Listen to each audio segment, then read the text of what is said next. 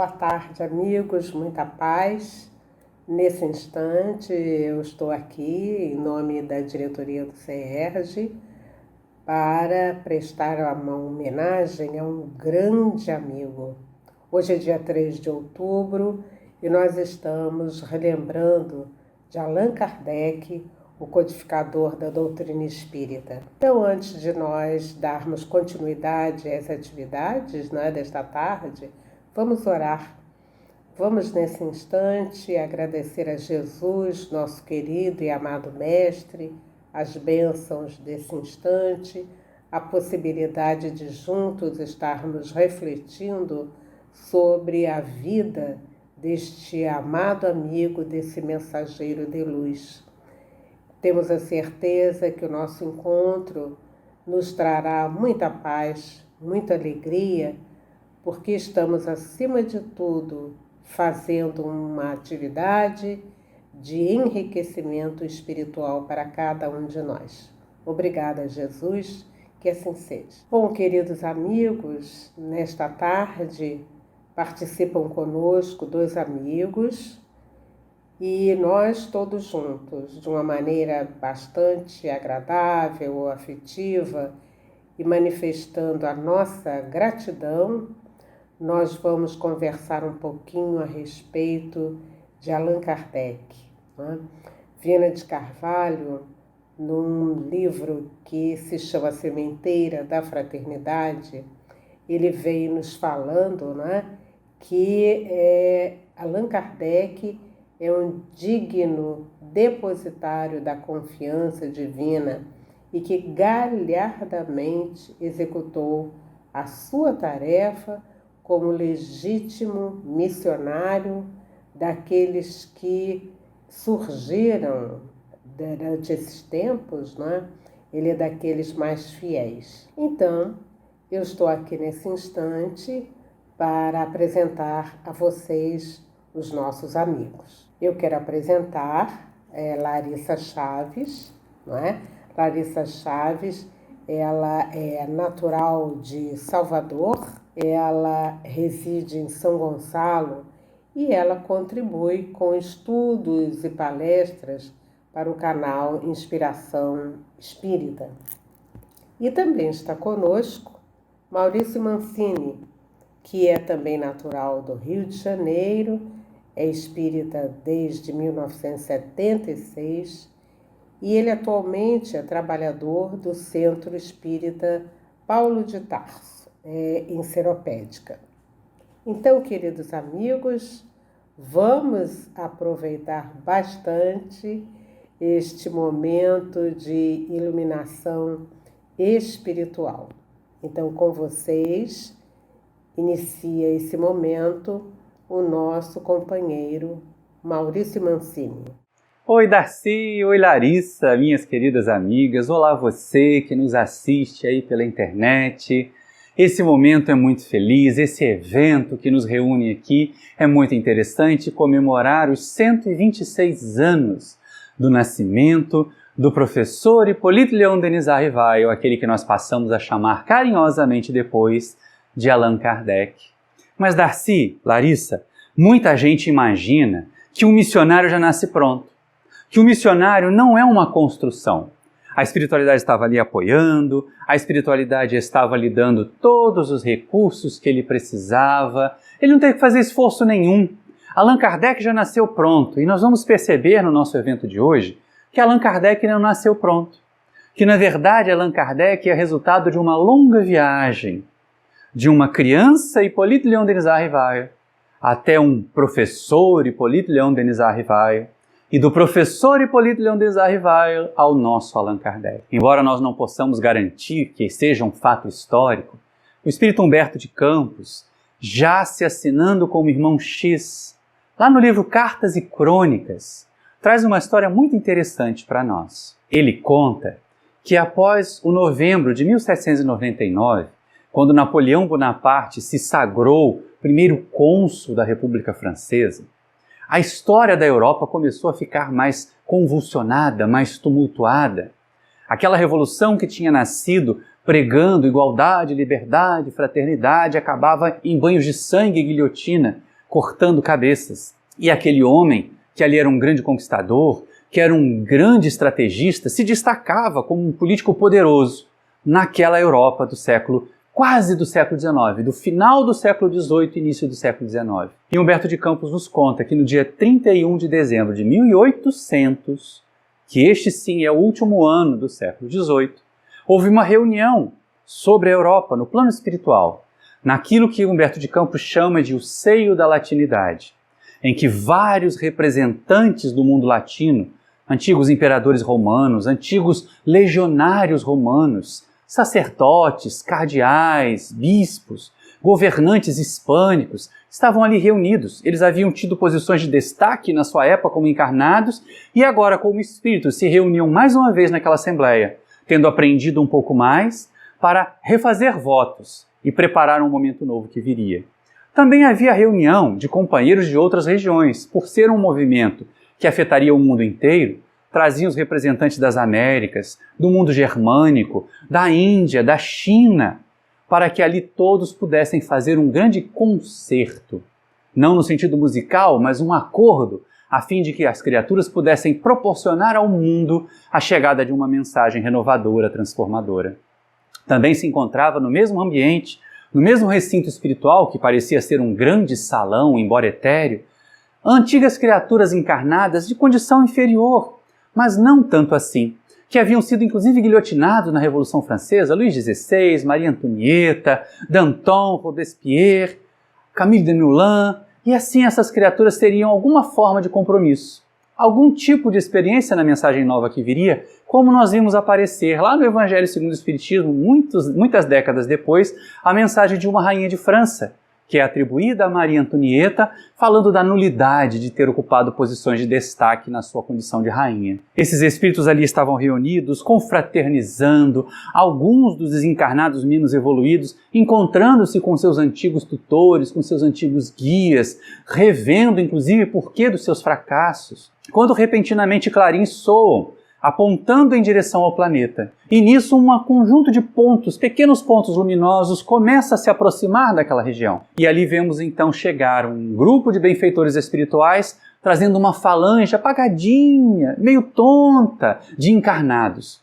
Encarnados que ocupavam posição de destaque, posição de relevo na Europa do fim do século XVIII. O Papa Pio VII, Beethoven que brilhava na música, Fulton, Faraday nas ciências e à frente deles, Napoleão Bonaparte, a liderança política mais influente da Europa Latina daquela época, que começava já a voltar os seus olhos para a Península Ibérica, os seus olhos também para o Oriente, imaginando realizar conquistas e fazer que a França se tornasse grande. Mas, embora ali presente, na condição de um grande líder, ele na verdade era um ser bem apagadinho. Antigo liderança da Roma Antiga, viu seus antigos correligionários baixarem seus pendões, reverenciaram, apresentaram-lhe uma poltrona onde ele foi gentilmente colocado a sentar. Os outros encarnados que compareceram ali, emocionados com aquele ambiente, choravam copiosamente. Alguns, a reencontrar também os seus tutores, os seus guias espirituais, estavam até intimidados. O que iria acontecer? Por que eles estavam ali? Estavam usando um corpo espiritual apagadinho porque ele ainda estava preso ao corpo físico lá na Terra. Depois disso tudo, repentinamente, mais uma vez, os clarins se voltam para as regiões celestiais e soam de um tom diferente. E Humberto de Campos escreve como que uma ponte levadiça de luz desce dos céus e toca o solo daquele ambiente, tornando-se figuras humanas de espíritos embelezados, de grandes tarefeiros, e adiante deles, o mais luminoso de todos trazia uma tiara à fronte, simbolizando o desenvolvimento intelectual, a cultura que já havia adquirido, e um báculo, uma espécie de bastão que é utilizado muito pelos educadores para chamar a atenção dos alunos, não para bater neles. E aí aquele báculo dourado, uma espécie de cetro, fazendo com que todos se emocionassem e se curvassem. Napoleão Bonaparte, embora estivesse impassível, muito lívido é verdade, mas impassível diante do ambiente espiritual, quando se viu colocado na frente do mensageiro do Cristo, se colocou a chorar como uma criança. Se pôs de joelhos, e o mensageiro da paz, o mensageiro da luz vai e o acolhe. Começa a confortá-lo. Quando então os céus se abrem, diz Humberto de Campos, e uma voz ao mesmo tempo forte e gentil, enérgica e acalentadora, soa, é o Espírito de verdade a falar com eles. Dirige-se especialmente a Napoleão Bonaparte, reclamando: aqui estás, diante dos teus antigos correligionários da velha Roma, foste a viver nas mesmas regiões da Gália, onde antes humilhaste aquele povo para exercer o comando. Fica atento, Napoleão, para não caíres na missão que te será confiada. No século vindouro, no século que se descortina sobre nós, virá uma mensagem nova à terra sob a tutela de Jesus. Desfraldará a bandeira do amor, da fraternidade, da igualdade reais. As criaturas não mais subjugarão, humilharão e escravizarão os mais simples. O conhecimento encontrará um florescimento, a ciência alcançará despontamentos que jamais foram imaginados. E cabe a ti, como governante, cabe a ti, como força política, garantir o clima de paz, de entendimento, de harmonia entre todos os povos para que essa mensagem mais facilmente possa se difundir. Se souberes levar adiante a missão, passarás a história, relembrado com carinho, com zelo por todas as gerações futuras. Mas se fracassares, se mais uma vez, como antigo César, te deixares cegar pela ambição e pelo desejo de mando, se a púrpura do comando te tomaras à vontade, deverás ser removido para o bem da humanidade como um todo. Guarda contigo esta mensagem. E aí a Assembleia se desfaz. Mais algumas orientações são dadas, os espíritos amigos devolvem os encarnados aos seus corpos físicos e o próprio missionário da luz, aconchegando Napoleão Bonaparte em seu colo, volta com ele à terra e o religa ao corpo físico. À medida que os tempos foram passando, aquele era o primeiro dia, já era o dia 1º de janeiro de 1801. Era o primeiro dia do século XIX, o século em que viria para nós a mensagem consoladora do Espiritismo e que traria também tantas conquistas da ciência. À medida que aqueles espíritos missionários foram reencarnando, à medida que a influência deles sobre Napoleão Bonaparte foi diminuindo, à medida que o próprio missionário da luz também começa o seu processo de preparação para a reencarnação, a influência superior sobre Napoleão Bonaparte arrefece e ele acaba se deixando levar por suas inclinações antigas do velho Júlio César, daquele que queria dominar, daquele que não tinha a menor preocupação de massacrar as criaturas desde que isso lhe garantisse o poder, lhe garantisse destaque. E aí vemos acontecer, em maio de 1804, Napoleão Bonaparte convoca o Papa Pio VII a Paris, faz com que o velho sacerdote saia de Roma e vá a Paris coroá-lo como imperador. E num gesto de grande arrogância, toma a coroa das mãos do pontífice e ele mesmo a coloca sobre a sua cabeça, mostrando que ele desprezava os outros poderes, ainda que atribuídos a Deus. A partir daquele momento, a Europa começa a mergulhar em um monte de guerras sanguinolentas. No mês de outubro de 1804, renasce em Lyon, numa cidade tranquila, pacata das Gálias, Hippolyte Léon Denisard Rivaio, filho de um magistrado, de uma educadora, tendo uma família simples, não era muito abastada não, mas digna o suficiente para entender a importância da educação. O missionário da luz estava presente junto de nós. 3 de outubro de 1804, para nós espíritas, é uma data marcante. Por isso esse evento que nós realizamos hoje, meus amigos, minhas irmãs, e é interessante nós percebermos o seguinte: o missionário se constrói a partir de conquistas, a partir de sacrifícios. Embora tivesse realizado e mostrasse muita aptidão para o conhecimento, para a conquista e a inteligência privilegiada, o menino Rivaio fez as suas primeiras letras em Lyon. Mas era o costume da época que as famílias com o mínimo de condições, cientes da importância de uma educação bem feita, enviassem seus filhos a estudar em internatos. E o pequeno Rivaio, com 10 para 11 anos, é mandado de Lyon, no interior da França, para a Suíça, em Yverdon, para o instituto fundado por Heinrich Pestalozzi, em que ele, com a companhia de Ana, sua esposa, 7 anos mais velha do que ele, isso também serviu de inspiração depois para o nosso Rivaio, construíram para educar jovens, para educar as novas gerações. E Heinrich Pestalozzi passa a história como o maior educador que aquele século havia conhecido e que até hoje influencia as nossas instituições de ensino, influencia a educação dos nossos tempos no século XXI.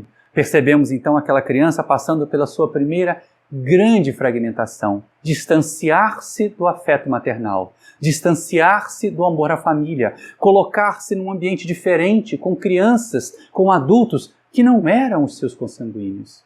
Esse foi o primeiro grande desafio, João Missionário. Quantos de nós o suportaríamos? Quantos de nós, quando colocados num ambiente longe da tutela e do amor familiar, não nos perdemos em desalinhos, em desmandos, ou em desequilíbrios tais, ou nos deixamos conduzir por criaturas mal intencionadas? Para nossa felicidade, nossa e dele, o menino Rivaio foi parar sob a tutela de um educador de almas. E ali, observando Pestalozzi, aprendendo com rapidez, facilmente se tornou um dos monitores, ajudava os seus companheiros da mesma idade, das mesmas classes, tutelava os pequeninos que chegavam depois, facilitando-lhes a adaptação. E naqueles momentos difíceis, naqueles momentos complicados que todo adolescente passa, ele contava com a figura generosa e maternal de Ana Pestalozzi. Aliás, o casal Pestalozzi era tratado pelos alunos, tamanho afeto com que lidavam com a educação, por papai Pestalozzi, por mamãe Pestalozzi. E aquele menino então encontrava no abraço carinhoso de Ana o regaço maternal do qual estava distante. Foi crescendo assim, foi se preparando, aprendendo intensamente, sorvendo, não apenas o conhecimento que chegava pelo intelecto, mas principalmente os exemplos, o modelo de cidadania, o modelo de vida que Heinrich representava para os seus alunos. Ao concluir os seus estudos, agora com 18 anos, volta não para Lyon, mas para Paris. Ao retornar à França, com o desejo imenso de ser um educador de almas, como o seu mestre Pestalozzi havia sido. Como Pestalozzi havia representado em sua vida um divisor de águas, a transformação da criança em homem. Ele queria ser também esta mesma ponte que ajuda outras crianças a alcançarem a fase adulta com melhores condições de conhecimento, com melhores condições de interação na sociedade. Mas imaginemos a Paris do século XIX. A Paris de aproximadamente 1820, 1825 do século XIX. Pobre, com grandes desigualdades sociais, em que os educadores, se quisessem sobreviver, deveriam mercadejar o seu conhecimento, atendendo as crianças, aos filhos dos ricos. E ele que tinha alma de educador, que deveria levar conhecimento àqueles que não podiam alcançar pelo dinheiro, se sentia de certa maneira opresso. O grupo de professores, desses que tinham a missão de educar, que tinham abraçado a tarefa de educar os mais simples, os mais pobres, era bem reduzido na Paris do século XIX. E fatalmente ele se encontra ali então, com uma outra companheira, que não aparece na história de Humberto de Campos, mas que eu cá tenho as minhas desconfianças, que estava lá, que estava quietinha, que de repente deve ter passado atrás da poltrona do Napoleão, quando ele foi ao encontro do missionário da luz, que olhou para aquele missionário e, sem dizer palavra alguma, deve ter dito a ele assim: espera-te, pode vir com tranquilidade, eu estou te esperando, porque ela já havia reencarnado em 1875, e ele vai encontrá-la na Paris da década de 20 do século XIX, Amélie Gabrielle Boudet, 9 anos mais velha do que ele, e que aparentava ser uns 10 anos mais nova, porque era pequenina e muito jovial, também uma educadora, uma artista. A sua formação corresponderia ao que nos nossos tempos equivaleria a um economista doméstico, alguém muito prendado, muito capaz de cuidar da família e da sociedade. E ela também já tinha seus livros publicados, então professores se associam com professores, é muito natural, pela própria inclinação, pelo dom da carreira. E encantados, enamorados, começaram então a pensar em construir uma família. Em 1826, aquela instituição que ele havia fundado com um tio, irmão da sua mãe, começa então a educar crianças. Veio o casamento com Amélie Boudet em 1832 e a partir dali então as duas tarefas, educar crianças, trabalhar na escola, só que o tio, irmão da mãe, era viciado em jogo e perdeu uma soma vultosa e para saldar as dívidas eles tiveram que vender o colégio que foi fundado, o Colégio Rivaio. E olha que coisa interessante, não é? O dinheiro que sobrou, a parte que coube ao professor Rivaio, ele emprestou a um amigo que estava com problemas no seu comércio. E não é que o amigo foi à falência também? Ou seja, não sobrou um tostão furado.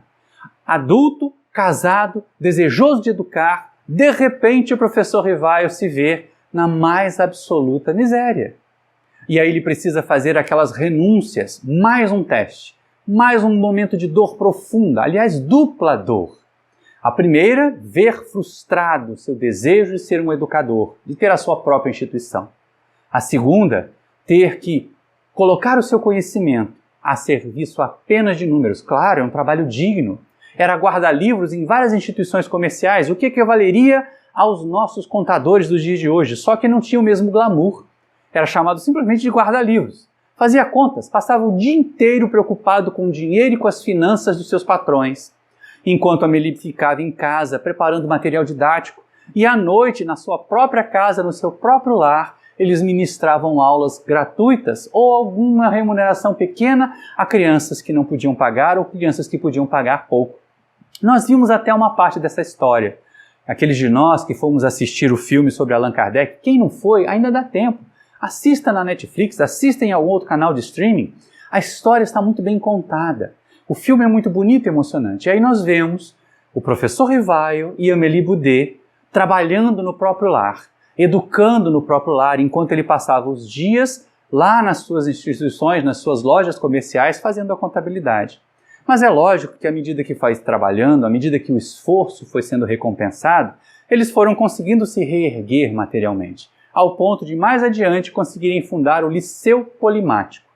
A escola agora dele e da esposa, sem risco de um tio jogador para perder tudo. Só se faltassem alunos, mas como ele já estava ganhando renome, como aquelas crianças que ele havia educado alguns anos antes já estavam se tornando adultos, pensando num professor, num educador de qualidade para enviar seus filhos, ele sempre teria novos alunos, ele sempre teria novos estudantes. E a partir dali então começa uma carreira de sucesso, que começou até mais cedo. Aos 18 anos ele publicou o Manual Prático e Teórico de Aritmética e vinha fazendo planos, preparando material didático com uma proposta para a educação pública em Paris, para uma proposta para a educação na França. E olha que coisa interessante, era a vocação de educar. Nós imaginamos sempre assim, a missão dele era ser codificador do espiritismo, a missão dele era ser Allan Kardec, mas não. A jornada do menino Hippolyte ao professor Rivaio também é uma linda missão, também é uma grandiosa missão. Vamos perceber isso nessa imensa dedicação dele e da esposa, que sintonia eles tinham entre eles. Desde o casamento, em 1832, Amélie Boudet passa a ser a sua grande parceira em todas as conquistas. Muitas das suas construções, vemos isso naquela biografia em 3 volumes de Francisco Thyssen, Zeus Van Tuyl, muitas das conquistas, muitas das decisões do professor Rivaio surgiram daquelas noites, daquelas tertúlias noturnas a conversar com a esposa, a trocar ideias com ela de igual para igual. Não naquela condição machista do homem que determina e a mulher que obedece. Ali eram espíritos elevados, uma união sublimada, e embora historicamente nós não tenhamos nenhuma comprovação de paternidade e maternidade biológicas, aquele casal desenvolveu a tarefa grandiosa de formar uma família que acolheria e que produziria para a humanidade inteira valores novos para a alma. Não apenas no campo do espiritismo, como nós vamos ver mais adiante com a nossa querida Larissa, mas também na educação. O legado do professor Rivaio na educação é tão significativo, que determinou a troca de nome, como a Larissa vai contar para nós. Mas ali nós vamos perceber, à medida que o tempo foi passando, as dificuldades materiais foram diminuindo, foram serenando. Os livros novos do professor Rivaio começaram a render o suficiente para que ele e Amélie Boudet tivessem uma vida, se não abastada, pelo menos confortável e equilibrada, dentro do seu ideal de missionários da educação. Os professores nunca foram bem remunerados em nenhuma época da humanidade, porque eles trazem luz à mente. E o professor Rivaio entendia, como poucos, a mensagem de Jesus, não como ela é corrompida hoje no século XXI, mas naquela época, que só o conhecimento da verdade é que libertaria, só o desenvolvimento da ciência, o distanciamento do misticismo. Por isso mesmo, nesta jornada do menino Hippolyte ao professor Rivaio, nós vamos ver essa criatura se tornando cada vez mais um livre pensador, distanciado da crença religiosa da família, distanciado dos mitos que eram apresentados para pensar e raciocinar com a ciência. Por volta desta mesma época, começam a surgir os escritos de Franz Anton Mesmer. Começam a circular aquelas informações a respeito do magnetismo, de criaturas que eram envolvidas em alguma espécie de fluido que talvez não fosse visto, mas que a física, que as ciências físicas poderiam detectar algum dia, e entravam no estado alterado de consciência e davam informações que no seu estado normal, despertas, eles não eram capazes. Esta foi a porta de entrada do professor Rivaio para este campo das ciências da alma. Mas, por volta de 1850, a sua vida financeira, a sua vida profissional já estava consolidada, embora trabalhasse muito. Mas a partir de 1848, seus amigos começaram a lhe falar: olha, Rivaio, as mesas estão falando, as mesas estão dando informações. E como um bom livre-pensador, ele responde: ah, se me provarem que uma mesa tem cérebro para pensar e nervos para sentir, eu até crerei. Mas enquanto não chegar esta prova, deixe-me crer que isso é conversa para fazer dormir. Nós diríamos nos dias de hoje que isso é conversa para boi dormir, né? Mas ele foi mais delicado com os amigos, que ele não acreditava, porque pareciam muito ufanistas. E esse é um exemplo que nós temos que ter cuidado. Muita empolgação por fenômenos espíritas, muita empolgação por fenômenos mediúnicos, pode fazer com que as criaturas que nos veem assim, meio desequilibradinhos, se afastem do movimento em vez de se aproximar dele.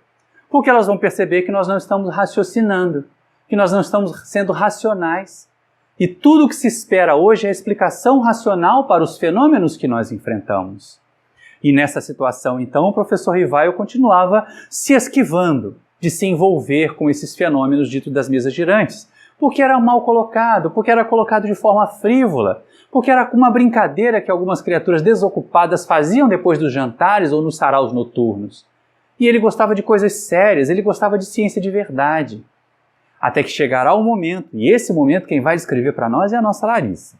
Mas vamos observar a transformação de um menino, Hippolyte Léon Denisard Rivaio, no professor Hippolyte Léon Denisard Rivaio. Essa jornada cheia de sacrifícios, cheia de aprendizados.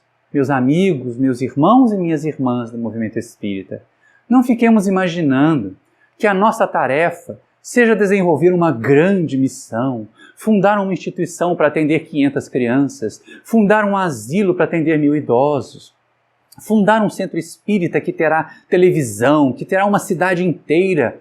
Isso é construção de décadas. E não é uma missão designada a todos, e nenhum de nós a fará sozinho.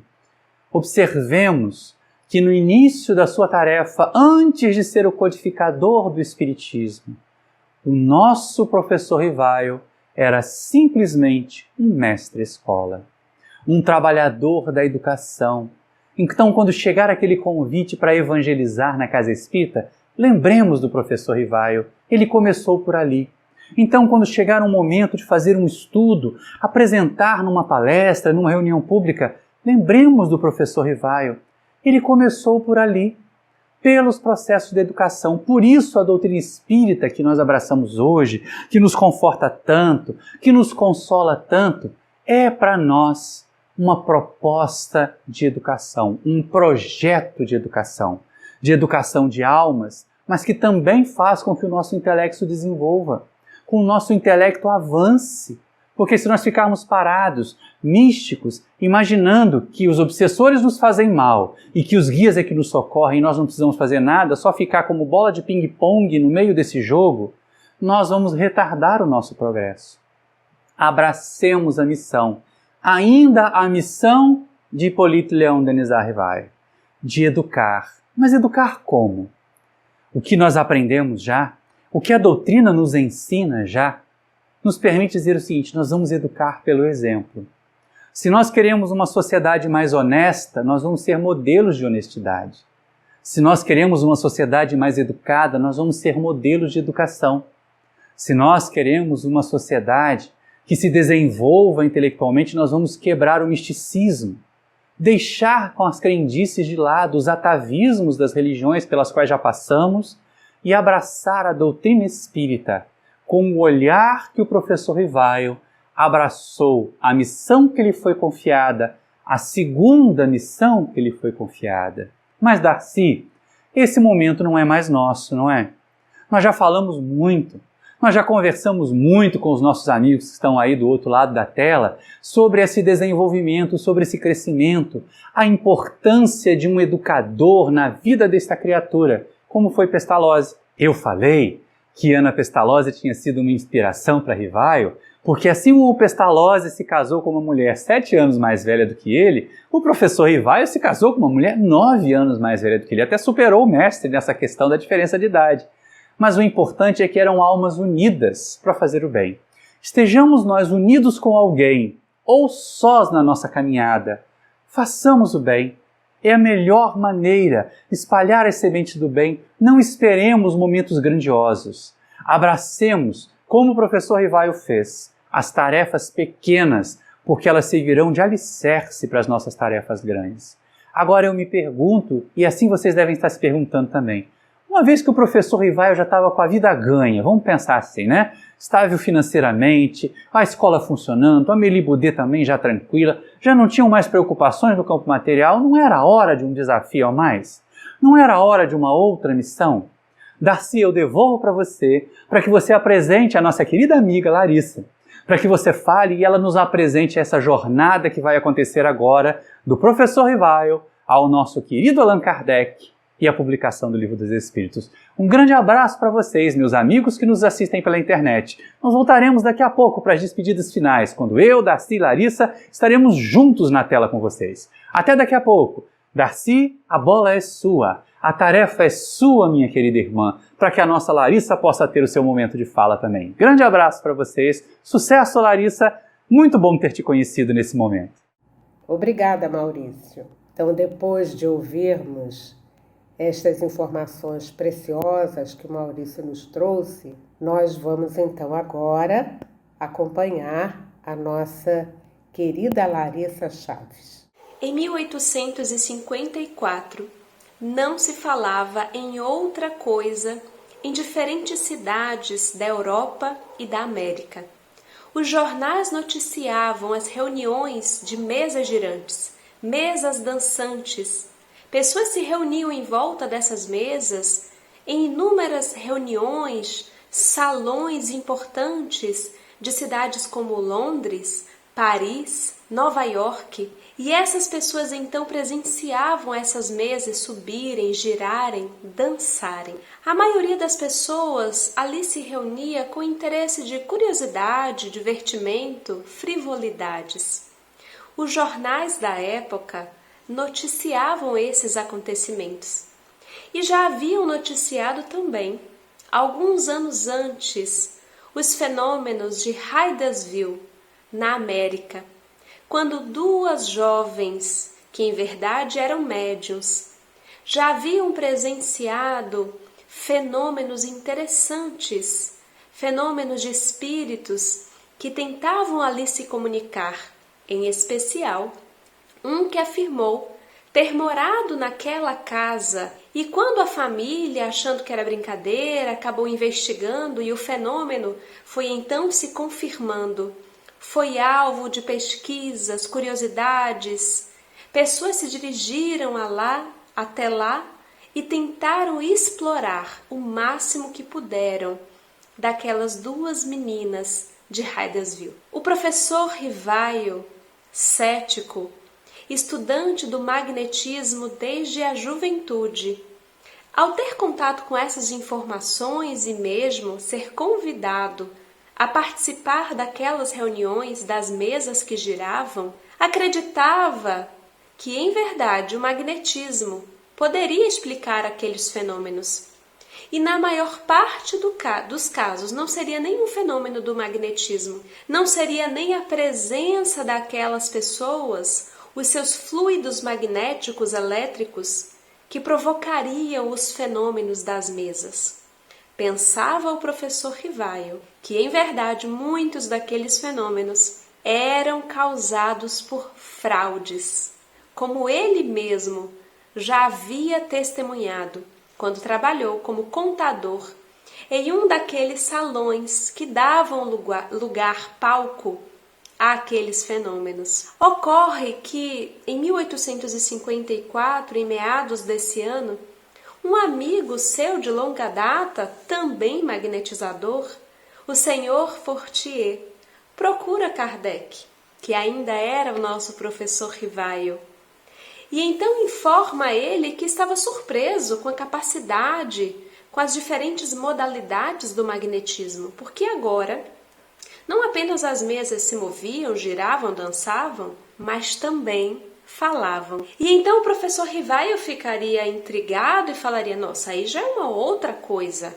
mas precisaria ver e precisaria provar que uma mesa tem cérebro para pensar, nervos para agir e que pode tornar-se sonâmbula. Fora disso, não poderei acreditar. Mas havia ainda ali uma resistência em estar junto com aquelas pessoas que estavam apenas curiosas. Ele que tinha o seu tempo tão dedicado a estudos sérios, comprometidos, ao lado da sua querida Gabi. E então, passado mais alguns meses, já por volta do ano de 1855, entra em cena um outro amigo, o senhor Carlotti, que não tinha como hipótese o fenômeno do magnetismo, mas que acreditava, por já estudar aqueles fenômenos há 5 anos, ao lado de outros amigos estudiosos, que ali se tratava da intervenção de espíritos e que era o próprio fenômeno, os próprios causadores dos fenômenos que haviam dito ser a alma dos homens que viveram na Terra, portanto, espíritos desencarnados. Inclusive, mais tarde, o senhor Carlotti entregaria nas mãos do professor Rivaio, que começava a estudar detidamente esse fenômeno, 50 cadernos que haviam sido reunidos não só pelo senhor Carlotti, mas pelo senhor Didier, que mais tarde seria o editor das obras espíritas, e também outros amigos que ali se reuniam durante aqueles anos estudando seriamente o fenômeno. E haviam reunido esse vasto material, obtido através daquelas reuniões. Ocorre que eles não haviam conseguido dar uma ordem, era muita coisa, e eles não tinham as características, as ferramentas internas da lógica, do pedagogo, que viam naquele espírito ainda cético, ainda duvidando muito, relutando em conhecer. Acontece que, depois daquela empolgação do senhor Carlotti, que o próprio Rivaio, mais tarde Allan Kardec, anotaria como uma empolgação excessiva, após esse momento ele aceitaria ir numa reunião de uma sonâmbula junto com o senhor Fortier. E naquela reunião ele conheceu, conversou e se impressionou com os fenômenos relatados pelo senhor Partier e pela senhora Planemaison, que então, deixando uma viva impressão das reuniões sérias que eles realizavam em casa da senhora Planemaison, é que, dessa vez, vem o convite para finalmente estar numa reunião daquelas. Por conhecer aquelas pessoas, sentir ali uma seriedade, um espírito daquela curiosidade que não era apenas pueril. E ele vê então ali uma oportunidade de investigar fenômenos que ele já estudava há décadas. Já havia estudado a obra de Mesmer, aprofundado-se no magnetismo, na hipnose, no sonambulismo, e poderia então ali obter respostas àquelas questões do campo da filosofia, do campo da psicologia, que ele há tanto pesquisava. Então, comparece àquela reunião e torna-se assíduo naquelas reuniões, percebendo que sim, havia ali algo mais do que puro magnetismo. E o seu olhar experimental, científico, estava cada vez mais interessado em compreender. Ocorre que ele tinha também outros interesses, outros afazeres, outras pesquisas, e fica depois ainda mais interessado, quando em casa da senhora Planemaison conhece o senhor Baudin. E o senhor Baudin o convida a ir à sua casa.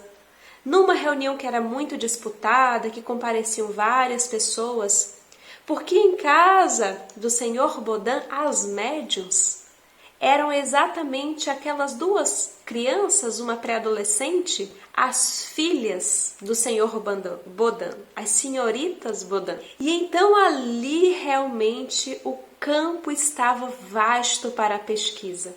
Por mais que inicialmente houvesse ainda um pouco de frivolidade, o excesso de brincadeiras, de curiosidade, o espírito que estava ali sempre organizando tudo, Zéfiro, aquele mais assíduo que se dizia protetor da família, teria os seus momentos de excesso de brincadeira, não era assim um espírito tão adiantado, mas teria também alguns momentos de orientação àquele trabalho que ora se iniciava.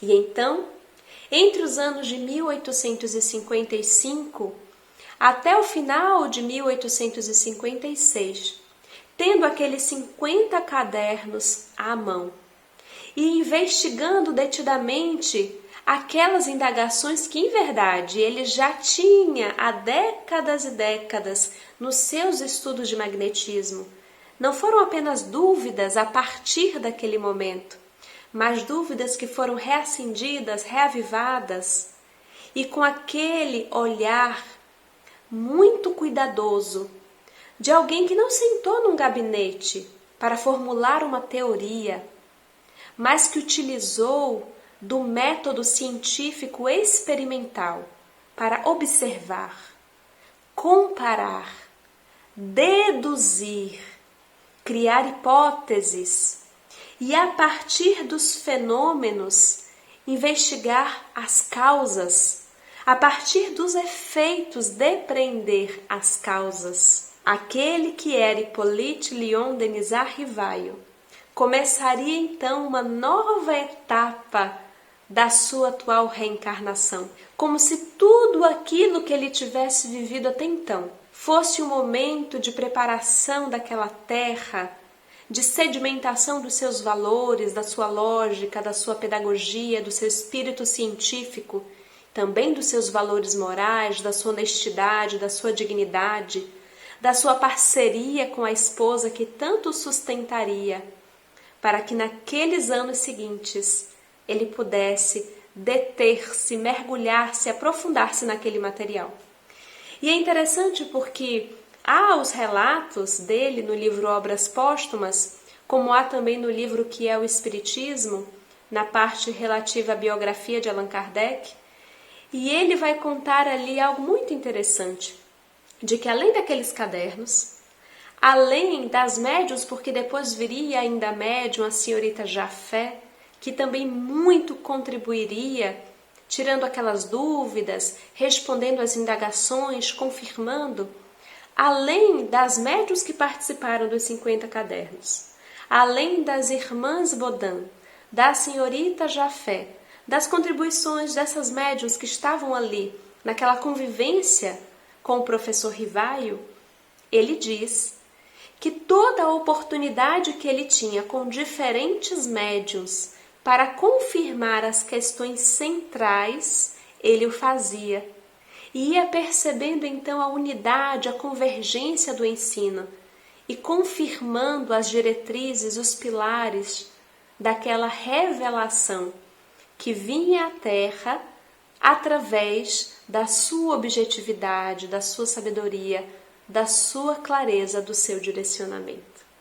E é então que em abril de 1857 a Terra recebe um clarão, porque o Livro dos Espíritos é publicado e seria então um marco para muitos corações sedentos de respostas, de orientação, de clareza na compreensão das leis divinas, tentando responder a questões como quem sou, o que faço aqui, de onde vim, para onde irei. E consta na Revista Espírita de 1858, é bom lembrar que a Revista Espírita começa a ser publicada em janeiro de 1858, E Allan Kardec, aqui já podemos nos referir como Allan Kardec, esse pseudônimo utilizado para diferenciar o pedagogo, que já tinha tantas obras publicadas, renomadas, reconhecidas, daquele que agora se fazia instrumento para que os espíritos pudessem, organizados em nome do Espírito da Verdade, trazer iluminação, clareza aos conhecimentos terrestres. E então, em janeiro de 1858, nós encontraremos na Revista Espírita um artigo sobre o Livro dos Espíritos. E eu gostaria de ler apenas alguns trechos de uma matéria do Correio de Paris, de 11 de julho de 1857, ou seja, poucos meses após a publicação de O Livro dos Espíritos.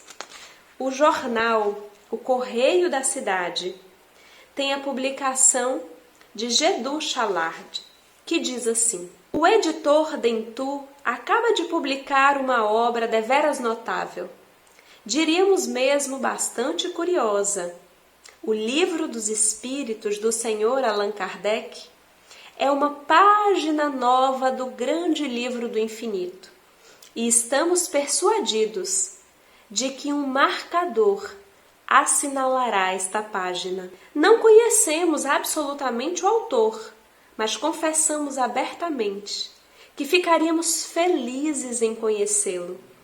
Aquele que escreveu a introdução, que inicia o Livro dos Espíritos, deve ter a alma aberta a todos os sentimentos nobres. A todos os deserdados da terra, a todos os que caminham e caem, regando com suas lágrimas o pó da estrada, diremos: lede o Livro dos Espíritos. Isso vos tornará mais fortes. Também aos felizes, aos que pelos caminhos só encontram os aplausos da multidão ou os sorrisos da fortuna, diremos: estudai-o, ele vos tornará melhores. Sois homens de estudo e possuís a boa fé, que não pede senão para se instruir? Lede o livro primeiro sobre a doutrina espírita. A desgraça vos persegue com furor e a dúvida vos envolve por vezes com seu abraço gelado? Estudai o livro quarto, Esperanças e Consolações. Todos vós que abrigais nobres pensamentos no coração e que acreditais no bem, lede o livro do começo ao fim. Gedou Chalard. Em Provérbios, no Antigo Testamento, Provérbios 4, versículos 7 a 9, existe a seguinte passagem: o princípio da sabedoria é: adquire a sabedoria. Com todos os teus ganhos, adquire a inteligência. Estreitai-a e ela te fará crescer. Abraça-a e ela te honrará. Porá em tua cabeça um formoso diadema e te cingirá com brilhante coroa. Eu queria frisar essa parte. Estamos aqui falando da escolha do caminho da sabedoria. Em Provérbios: estreitai-a e ela te fará crescer. Abraça e ela te honrará. Porá em tua cabeça um formoso diadema e te cingirá com brilhante coroa.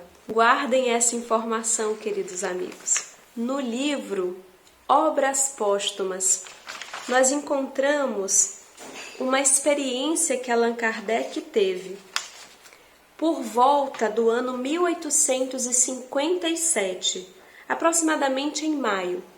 Ele relata o primeiro livro, o Livro dos Espíritos, já havia sido publicado, e então Kardec faz um relato de que numa das reuniões que comparecia, havia ali uma senhora conhecida dos participantes, que era uma espécie de leitora de mãos.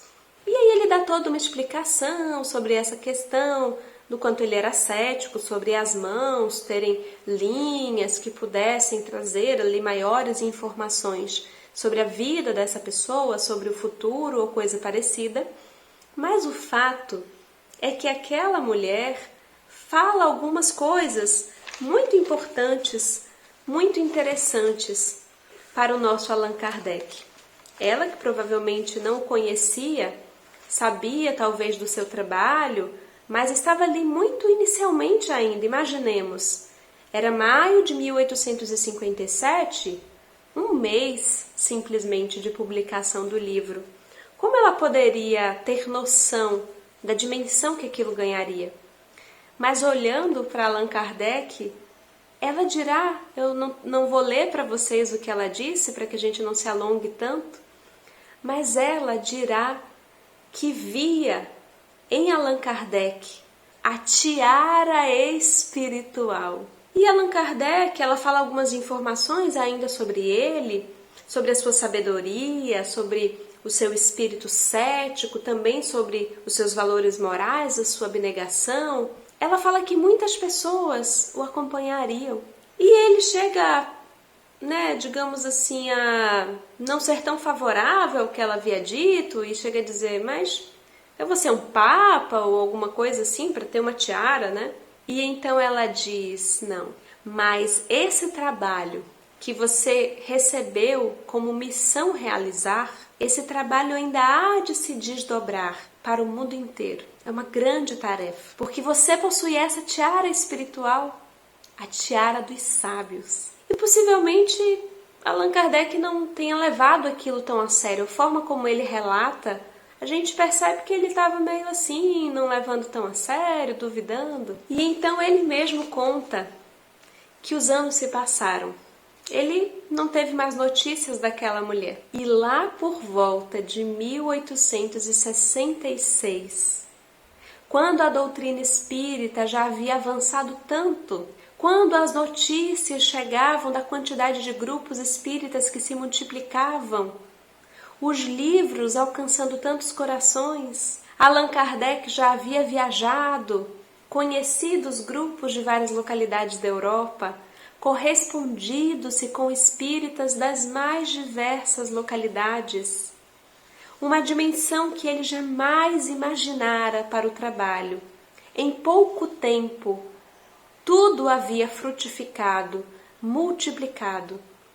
Os seus esforços de manter não apenas a publicação das obras, mas de manter ainda mensalmente a publicação de uma revista, de um periódico, uma espécie de revista científica da época de estudos psicológicos, onde ali uma tribuna livre tinha lugar, para que ele pudesse corresponder, se informar a muitas pessoas ao mesmo tempo, em que pé estavam os trabalhos, pensar alguns artigos científicos da época, compartilhar, colocar a baile, também ali compartilhar, publicar ali também psicografias da Sociedade Parisiense de Estudos Espíritas.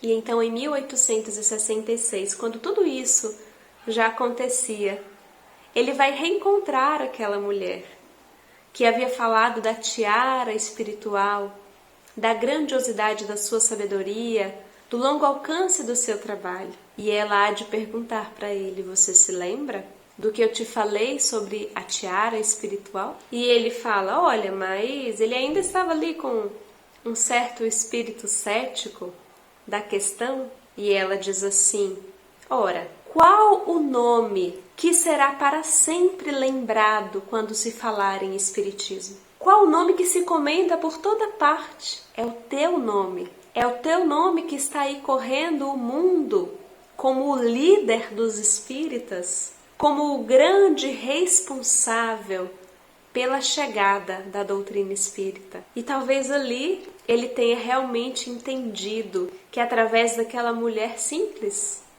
havia chegado mais uma dentre as várias confirmações que ele teve, algumas diretamente do Espírito de verdade, sobre a grandiosidade da tarefa que lhe fora incumbida, de que ele poderia cair, ele poderia falir, mas ele estava preparado para o trabalho. E ele não estava sozinho. A falange do Espírito de verdade, abnegados trabalhadores da teologia, das diferentes religiões, da filosofia, ali morejavam, junto ao codificador, junto ao professor Rivaio, para que o trabalho pudesse chegar à terra, mantendo a pureza dos ensinamentos superiores, para que a humanidade conseguisse encontrar de forma organizada, didática, objetiva, clara, lógica,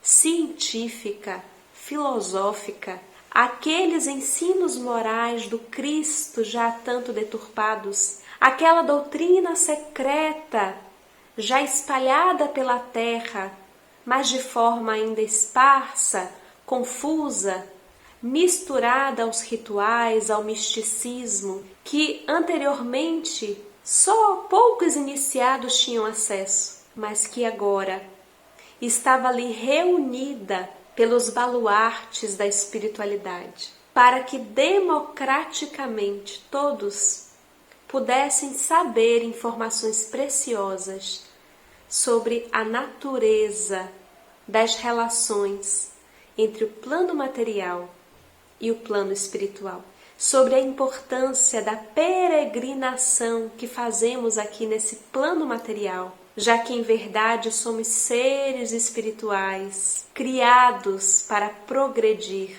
para frente, para o alto, incessantemente, para que pudéssemos perceber que há tempo para todas as coisas, que cada um de nós aqui reunidos pode estar num degrau espiritual diferente, mas que a lei de solidariedade, de fraternidade nos une, que estamos mergulhados no amor e na presença de Deus, que é todo justiça e todo misericórdia ao mesmo tempo, que algumas aflições foram advindas das experiências passadas, dos resgates, dos aprendizados, mas que algumas aflições são fruto da nossa distração, dos nossos equívocos e desequilíbrios do presente. A doutrina espírita vem como esse consolador prometido por Jesus, para aclarar os nossos horizontes, para acalmar as nossas dores, por compreender que tudo passa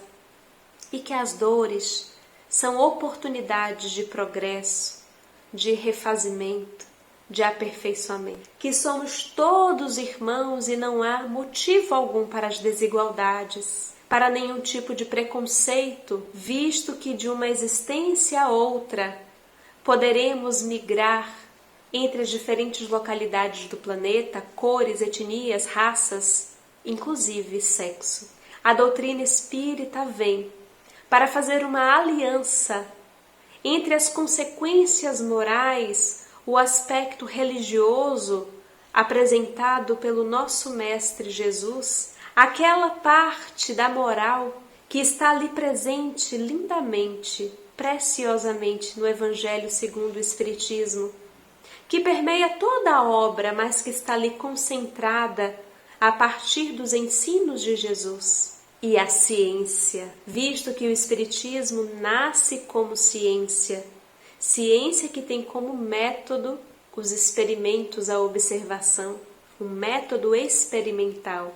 E o codificador, o nome, o grande estudioso, que tem esse trabalho diário, cotidiano, durante alguns anos ali concentrado naquilo, porque já havia se preparado para aquele momento. Essa pedra angular do cristianismo redivivo é o nosso querido Allan Kardec.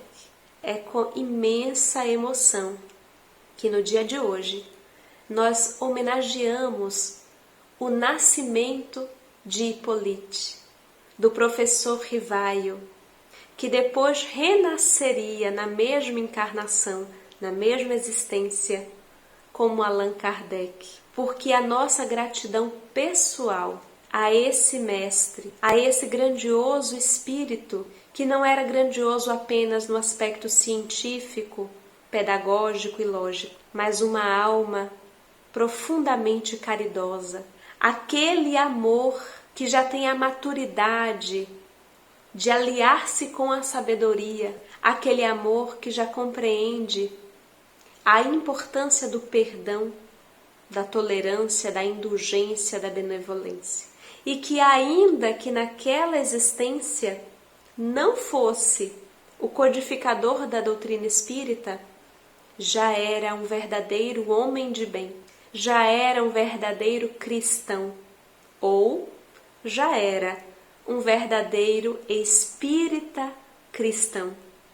Pois ele mesmo nos dirá, e essa informação está no livro Viagens Espíritas, num discurso que ele faz num banquete em Lyon, de que existiriam 3 tipos de espíritas, de adeptos do espiritismo ou espiritistas, quais sejam aquele que busca o fenômeno, a curiosidade da mediunidade, das mesas que giram, ou quaisquer fenômenos associados. O segundo, daqueles que já compreendem a filosofia, a importância das consequências morais, admiram, mas não praticam. E o terceiro, e ele se regozijava por encontrar entre os espíritas de Lyon esse terceiro grupo, os espíritas cristãos ou verdadeiros espíritas, os que realmente praticavam o Evangelho do Cristo, que levavam com seriedade as consequências do ensino espírita.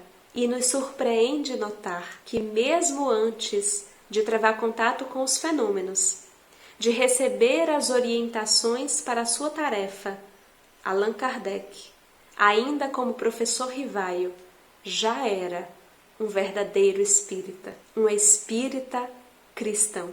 E assim, gostaríamos de agradecer. Obrigada, Allan Kardec. Obrigada, professor Rivaio. Como diz a letra de uma canção, você foi muito mais que simples codificador. Você que mesmo exausto não parou e que mesmo sedento não negou a fonte de água pura que você descobriu para o mundo inteiro. Em amor, em verdade, em carinho, você foi muito mais que simples codificador. A nossa amorosa e eterna gratidão, porque a doutrina espírita salvou e salva a vida de milhares de pessoas, inclusive a minha. Muito obrigada. Eu vou então desde já agradecer a participação de vocês, não é? E nós assim nos colocamos à disposição para os comentários que vocês queiram fazer, né? Então, Maurício, nós agradecemos e colocamos então à sua disposição para esse momento. Obrigado, Darcy, obrigado a você, Larissa, e a vocês que ficaram conosco até agora, nesse momento tão especial que nos mostrou essa jornada de Hippolyte até Allan Kardec. Nós vamos perceber nesse evento tão significativo: ninguém se faz missionário da luz por acaso, sem trabalho, sem esforço. Então, meus amigos e minhas irmãs, se nós queremos prestar homenagem a Allan Kardec, sigamos nos passos do codificador. Estudemos bastante a nossa doutrina, sejamos coerentes e racionais nas nossas atividades e nossos discursos, e principalmente vigilantes, para que o misticismo não se infiltre na nossa prática. Eu agradeço a você, Darcy, por sempre nos conceder oportunidades assim maravilhosas. Agradeço a você, minha amiga nova Larissa, por estar conosco, e a vocês que nos assistiram. Uma grande paz, grandes momentos ainda virão para nós. Sejamos confiantes e façamos a nossa parte. Um grande abraço e até o próximo evento. Agora então, nós queremos ouvir as considerações finais de Larissa. Até logo, queridos amigos. Um grande abraço a todos. Bom, em nome do CERJ, eu queria abraçar vocês dois e agradecer pela excelente contribuição que vocês nos proporcionaram. Então, muito obrigada, que vocês recebam as flores espirituais da nossa gratidão nesse momento especial em que a gente conversa sobre Allan Kardec. E para terminar, né, a nossa tarde e noite, né, eu estou aqui lembrando de uma referência que o irmão X ele faz quando ele diz assim: amigo Kardec, diante de ti enfileiram-se agradecidos e reverentes os que arrebatastes à loucura, ao suicídio com o facho da esperança, os que arrancastes da obsessão com o esclarecimento salvador, os filhos agoniados que se encontravam à beira da depressão, os que renasceram em dolorosos conflitos da alma e se encontravam esmagados pela angústia e foram salvos pelo entendimento das vidas sucessivas. Então hoje, comovidamente, nós pedimos licença para dizer obrigado, Kardec. Muito obrigado, Kardec. E nós então, agradecendo também a audiência, os recados que vocês foram colocando aqui no chat e que estão sendo todos respondidos pelo Maurício e pela Larissa. E a gente quer convidar você para continuar conosco, porque daqui a pouquinho, às 18h30, nós vamos ter a área de comunicação social trazendo para nós informações importantíssimas a respeito do Espiritismo para Todos.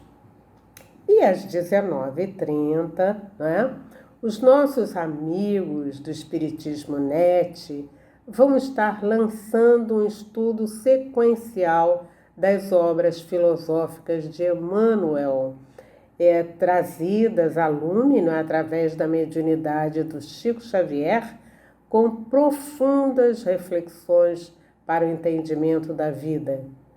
Então, nós queremos convidar vocês para estas duas atividades e, mais uma vez, agradecendo aos amigos do Espiritismo Net.